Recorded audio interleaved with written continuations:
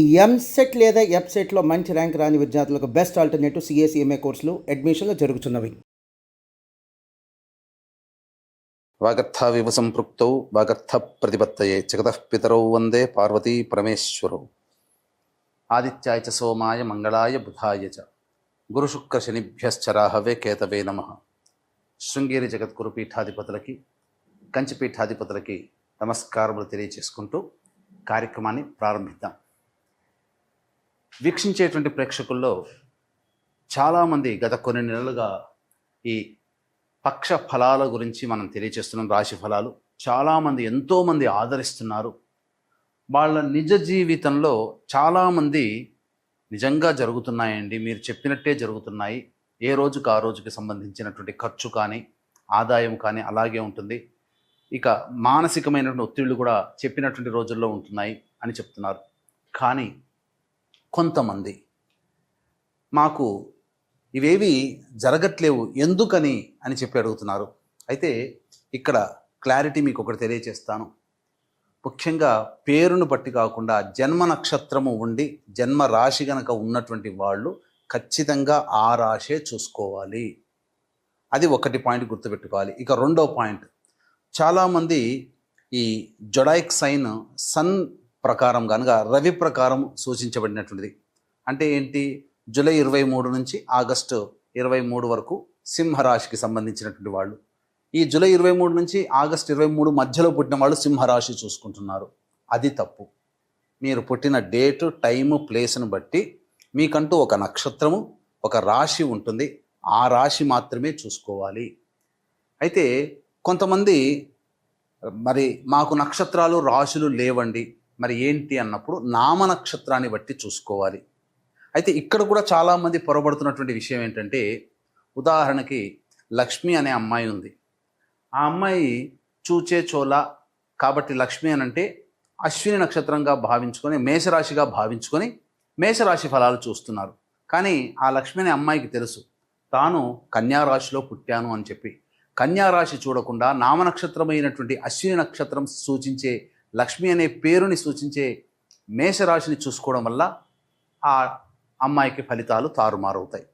కాబట్టి ఏతావాత చెప్పొచ్చేది ఏమిటంటే, కంక్లూజన్ ఒకే మాటలో చెప్పాలంటే, మీకు జన్మ నక్షత్రము ప్రకారము జన్మ రాశి ఉంటుంది. ఆ రాశిని బట్టే చూడాలి తప్ప సన్ జొడాయిక్ సైన్ అనగా ఈ మంత్లో పుట్టిన వాళ్ళు ఈ రాశి అని చెప్పుకుంటారు కదా, అది తప్పు. అది ఫాలో కాకూడదు. అలాగే మీకు జన్మ నక్షత్రము జన్మ రాశి తెలియకపోతేనే అప్పుడు నామ నక్షత్రాన్ని బట్టి చూసుకోవాలి. ఇది క్లారిటీగా అందరూ గమనించగల ప్రార్థన. అప్పుడే ఇప్పుడు నేను చెప్పబోయే ప్రతి పక్ష ఫలాలు, చెప్పబోయే ఫలితాలు మీకు దాదాపుగా 90% మీకు సూట్ అవుతాయని చెప్పవచ్చు. ఇక గమనించుకున్నట్లయితే 12 రాశులకి సంబంధించినటువంటి ఫలితాలు మనం తెలుసుకునే ముందు ఈ యొక్క జూన్ 1వ తారీఖు నుంచి 15వ తారీఖు వరకు గ్రహ సంచారం ఏ విధంగా ఉందో తెలుసుకుందాం. యాజ్ యూజువల్గా శని మీనరాశిలో, రాహు కుంభరాశిలో, కేతు సింహరాశిలో, అలాగే శుక్రుడు మేషరాశిలో మరియు వృషభ రాశిలో రవి సంచారము, 6వ తారీఖు వరకు బుధుడు వృషభ రాశిలో, 7వ తారీఖు నుంచి బుధుడు మిథున రాశిలో, అలాగే గురువు మిథున రాశిలో, కుజుడు 6వ తారీఖు వరకు కర్కాటక రాశిలో, తదనంతరం 7వ తారీఖు నుంచి కుజుడు సింహరాశిలో మరియు కేతు కూడా సింహరాశిలోనే సంచారం చేస్తున్నాడు. కాబట్టి దీన్ని బట్టి ఫలితాలు ఆయా రాశుల వారికి ఏ విధంగా ఉండబోతుందో మనం తెలుసుకునే ప్రయత్నం చేద్దాం. ద్వాదశ రాశులలో భాగంగా 5వదైనటువంటి సింహరాశిలో జన్మించినటువంటి వారికి జూన్ 1వ తారీఖు నుంచి 15వ తారీఖు వరకు ఏ విధంగా ఉండబోతుందో తెలుసుకునే ప్రయత్నం చేద్దాం. గమనించుకున్నట్లయితే రాశిలో కేతువు మరియు 7వ స్థానంలో రాహు. ప్రధానంగా ఒక గజిబిజి వాతావరణం అనేటువంటిది ఏర్పడుతుంది. ఎందుకు? 2 నెలల కిందటనే శని మార్పు, ఈ నెలల్లోనే అనగా మే మంత్లోనే రాహువు కేతువు గురుగ్రహ మార్పు. అంటే భవిష్యత్తులో ఏదో జరగబోతున్న ఒక ఆందోళనతో కూడుకున్నటువంటి జీవితం అనేటువంటిది స్పష్టముగా ఈ సింహరాశిలో జన్మించినటువంటి వారికి ఉండబోతుంది. అలాగే 6వ తారీఖు వరకు 12వ ఇంట కుజుడు మరియు 7వ తారీఖు నుంచి రాశిలోనే కుజ సంచారం. 6వ తారీఖు వరకు వృధా ప్రయాణాలు, అనవసరమైన ఖర్చులు అధికంగా ఉంటాయి. 7వ తారీఖు నుంచి మీలో ఏదో ఒక తెలియని ఉత్సాహము, ధైర్యము, మొండితనం పెరుగుతుంది. అయితే కొన్ని విషయాల్లో ఈ ప్రవర్తన మీకు చేటు చేస్తుంది. కాబట్టి సమయానుకూలంగా వ్యవహరిస్తూ ఆత్మవిశ్వాసంతో ముందడుగు వేసే ప్రయత్నం చేయండి. ఇక లాభస్థానంలో గురువు బుధుడు ప్రధానంగా 7వ తారీఖు నుంచి సంచారం చేస్తూ ఉంటాడు. మరియు బుధుడు కూడా 1వ తారీఖు నుంచి 15వ తారీఖు వరకు అనుకూలంగా ఉండడం చేస్తున్నటువంటి వృత్తి ఉద్యోగ వ్యాపారాల్లో మీరు చక్కగా రాణిస్తారు అని చెప్పవచ్చు. తెలివితేటలతో మీకున్నటువంటి సమస్యల్ని పరిష్కరించుకోగలుగుతారు. ఇక మరీ ముఖ్యంగా నిరుద్యోగస్తులకి ఉద్యోగం లభించే అవకాశం ఉంటుంది. మీ పేరు ప్రఖ్యాతులు పెరుగుతాయి. మీ వ్యాపారము అభివృద్ధిగా సాగుతుంది. అయితే ఆదాయం మాత్రం మీరు ఖర్చులు కూడా దానికి మించినట్టుగా ఉండడం వల్ల ఆ పెరిగిన ఆదాయముని మీరు కనిపెట్టలేకపోతారు. ఇది గమనించాల్సినటువంటిది. ఇక శుక్రుడు జాతకరీత్యా ప్రధానంగా అనుకూలంగా లేకపోవడం, విదేశీయానము, విదేశీ విద్య ప్రధానంగా ఈ సంబంధించినటువంటి విద్యార్థులకి కొంత ఇబ్బందికర పరిస్థితులు అనేటువంటివి వస్తాయి. ఇతరుల వలన మీరు సమస్యలు కొని తెచ్చుకుంటారు. మీకు మీ తోటి వాళ్ళకి, మీ ఇంట్లో వాళ్ళకి ఏదన్నా గొడవలు వచ్చాయనుకోండి, అది ఇరువురి మధ్య కాకుండా 3వ వ్యక్తి ప్రమేయం వల్లనే సమస్యలు ఈ సింహరాశిలో జన్మించినటువంటి వారికి వస్తాయని చెప్పవచ్చు.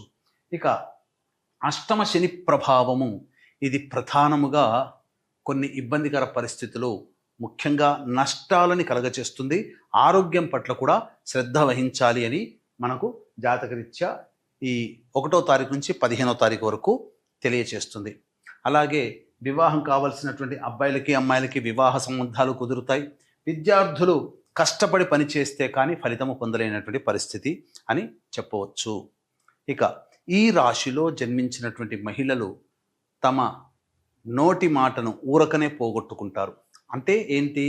అనవసరమైనటువంటి బాధ్యతల్ని నెత్తిన వేసుకొని మనము తీర్చలేనటువంటి వాటికన్నిటికీ కూడాను జామీందారుగా ఉండి తద్వారా అనవసరమైన బాధ్యతల్ని ఉండడం ద్వారా కష్ట నష్టాలు ఎదుర్కోవాల్సినటువంటి పరిస్థితి వస్తుంది. కొన్ని సందర్భాల్లో మీ చేతి మించి డబ్బు పెట్టుకోవాల్సిన పరిస్థితి వస్తుంది. కాబట్టి జాగ్రత్తలు పాటించండి.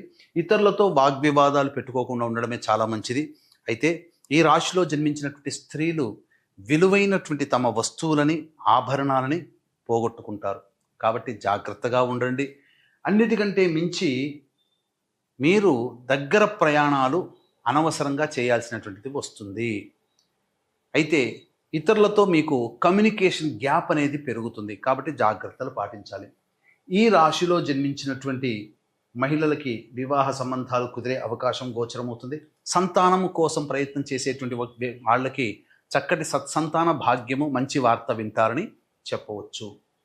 ఇక 1వ తారీఖు నుంచి 15వ తారీఖు వరకు దైనందిన కార్యక్రమాల్లో ఏ విధంగా ఉండబోతుందో తెలుసుకునే ముందు వీక్షించేటువంటి ప్రేక్షకులకి గమనిక. ఈ యొక్క జ్యేష్ఠమాసము పౌర్ణమి అనగా జ్యేష్ఠమాసము బుధుడికి సంబంధించినటువంటిది.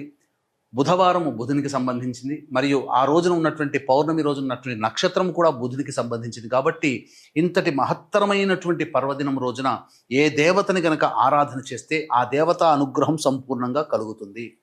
మనందరినీ కూడాను మన జీవితంలో మంచి చెడు జరిగేటువంటిది కేవలం నవగ్రహాల ప్రభావం వల్లనే. కాబట్టి నవగ్రహాలు అనుకూలించాయనుకోండి, మన జీవితం ఆనందంగా ఉంటుంది. కాబట్టి వచ్చే సమస్యలు తగ్గుముఖం పడతాయి. కాబట్టి సంపూర్ణ నవగ్రహ శాంతి మరియు జాతకరీత్యా వచ్చేటువంటి విద్య, వివాహ, ఉద్యోగ, దాంపత్య, అనారోగ్య సమస్యలు, ఇలా సర్వదోష నివారణ పూజలు, హోమాలు అనేటువంటివి మీ గోత్రనామాదులతో జరిపించి కరుంగలి మాలని మీకు అందివ్వడం జరుగుతుంది. కాబట్టి అవకాశం ఉన్న వాళ్ళు ఇట్టి కార్యక్రమంలో మీ గోత్రనామాదులు నమోదు చేసుకోవచ్చు. ఉదయం 9 గంటలకి ప్రారంభమవుతుంది. 9 గంటల లోపల మీరు ఈ కార్యక్రమంలో నమోదు చేసుకోండి. ఇక గమనించుకున్నట్లయితే ప్రధానంగా ఈ సంబంధించినటువంటి 1వ తారీఖు రోజున ఖర్చులు అధికంగా ఉంటాయి. మానసిక ప్రశాంతత లోపిస్తుంది. ఏదో తెలియని ఆందోళన మిమ్మల్ని వెంటాడుతుంది. రుణగ్రస్తులు అవుతారని చెప్పవచ్చు. 2, 3, 4 తేదీల్లో పెండింగ్లో ఉన్నటువంటి పనులని పూర్తి చేసుకోగలుగుతారు. విందులు వినోదాల్లో పాల్గొంటారు. పాత మిత్రులని కలుసుకుంటారు. ఆనందంగా జీవిస్తారు. 5, 6 తేదీల్లో కుటుంబ సభ్యులతో మాట పెరుగుతుంది. వాగ్వివాదాలు పెరుగుతాయి. అనవసరమైనటువంటి ఖర్చులు పెరుగుతాయి. కాబట్టి జాగ్రత్తలు పాటించండి. మనస్సు ప్రశాంతంగా ఉండదు. 7, 8, 9 తారీఖుల్లో ఇతరుల సహాయ సహకారాలతో మీ పనులన్నీ కూడా పూర్తి చేసుకుంటారు. రావాల్సినటువంటి రాణి బాకీలు వసూలవుతాయి. అన్ని విధాలుగా ఆనందకరంగా జీవిస్తారు. చక్కగా సంతోషంగా మీ కుటుంబ సభ్యులతో గడుపుతారని చెప్పవచ్చు. ఇక 10, 11 తేదీల్లో వాహనాన్ని నడిపేటప్పుడు జాగ్రత్తలు పాటించాలి. తల్లిగారి ఆరోగ్యం పట్ల శ్రద్ధ వహించాలి. అనవసరమైన ఖర్చులు గృహోపకరణాలకి వెచ్చిస్తారు. వాహన ప్రమాదాలు చోటు చేసుకుంటాయి. 12, 13, 14 తేదీల్లో మీకు ఆరోగ్యంగా జాగ్రత్తలు తీసుకోవాల్సినటువంటి పరిస్థితులు, అలాగే వృధా కాలయాపన ఉంటుంది. ఖర్చులు కూడా అధికంగా ఉంటాయి. 15వ తారీఖు రోజున ఆదాయం పెరుగుతుంది, ఖర్చులు తగ్గుతాయి, మరియు ఆనందంగా జీవిస్తారు. రాని బాకీలు వసూలవుతాయని చెప్పొచ్చు.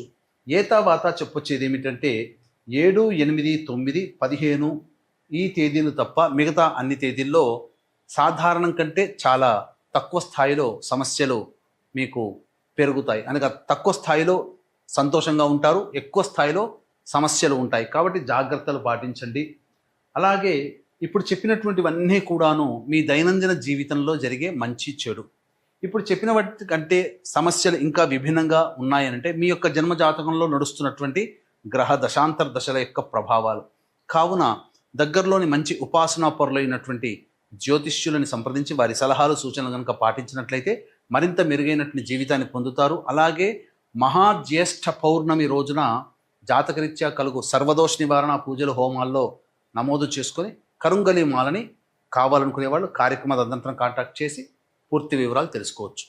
సర్వం శ్రీ ఉమామహేశ్వర పరబ్రహ్మార్పణమస్తు.